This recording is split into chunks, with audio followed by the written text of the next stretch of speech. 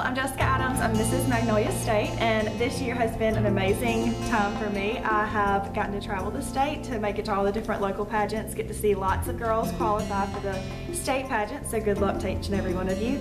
We've gone on a cruise, which was amazing. Who doesn't love to lay out on a beach and get a tan? Me. Especially now that I'm pasty white, thanks to my pregnancy. I am keeping with the tradition of last year. Heather crowned me 9 months pregnant, and I will be crowning the new winner 8 months pregnant.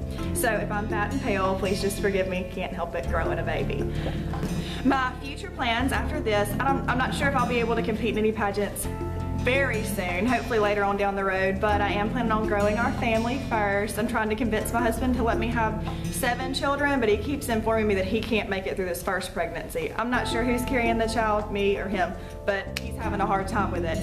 And I'm also planning on continuing to work as a nurse, hopefully part-time, so I can spend more time with my family, and possibly going on to nurse practitioner school and living on our farms, sitting on the front porch sipping sweet tea.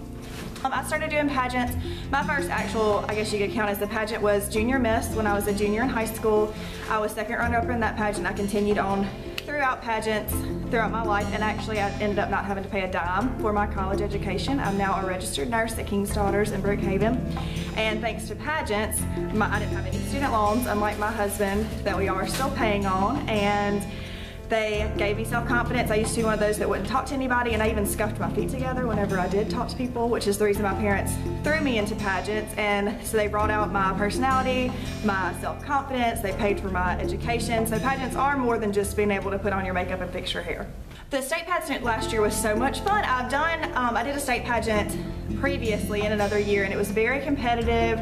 You weren't really there to make friends. At this pageant, however, we had so much fun. I actually felt like the Mrs. group was kind of the troublemaking group, because everybody else would be so quiet, no little chairs paying attention, and we had our chairs in a circle, laughing, sharing stories, just stories that only married women can share, they're always humorous. So I felt like I made a lot of good friends, met a lot of incredible women, a lot of awesome moms, wives, and people that I'll be in touch with for the rest of my life. We had a lot of fun. By the time that it got down to me and the first runner-up last year, I was already in shock just because I kind of felt like the underdog. I came in at 22 years old. I was the youngest. I believe I'm the youngest winner that they've ever had in the Mrs. division. I didn't have any children, and I'd only been married for almost 2 years. So I felt like I was kind of an underdog coming in. So I was definitely in shock when it got down to just 2 of us, and I just kind of knew that there was no way I had won. I was the first runner-up, but still it was incredible just because I thought that I was never going to even get in the top 10, much less the top 2. When they called my name, I was in complete and total shock, and all I could think about was one of my earrings didn't feel like it was there, because you know they're really heavy. Those pageant earrings are heavy, and I didn't feel it. So on the video, you can watch me feeling for my earring to make sure that my earring's still there in all these pictures, and instead it gave me these horrible images where I'm making this terrible face. I look horrified. I look like I can't find something.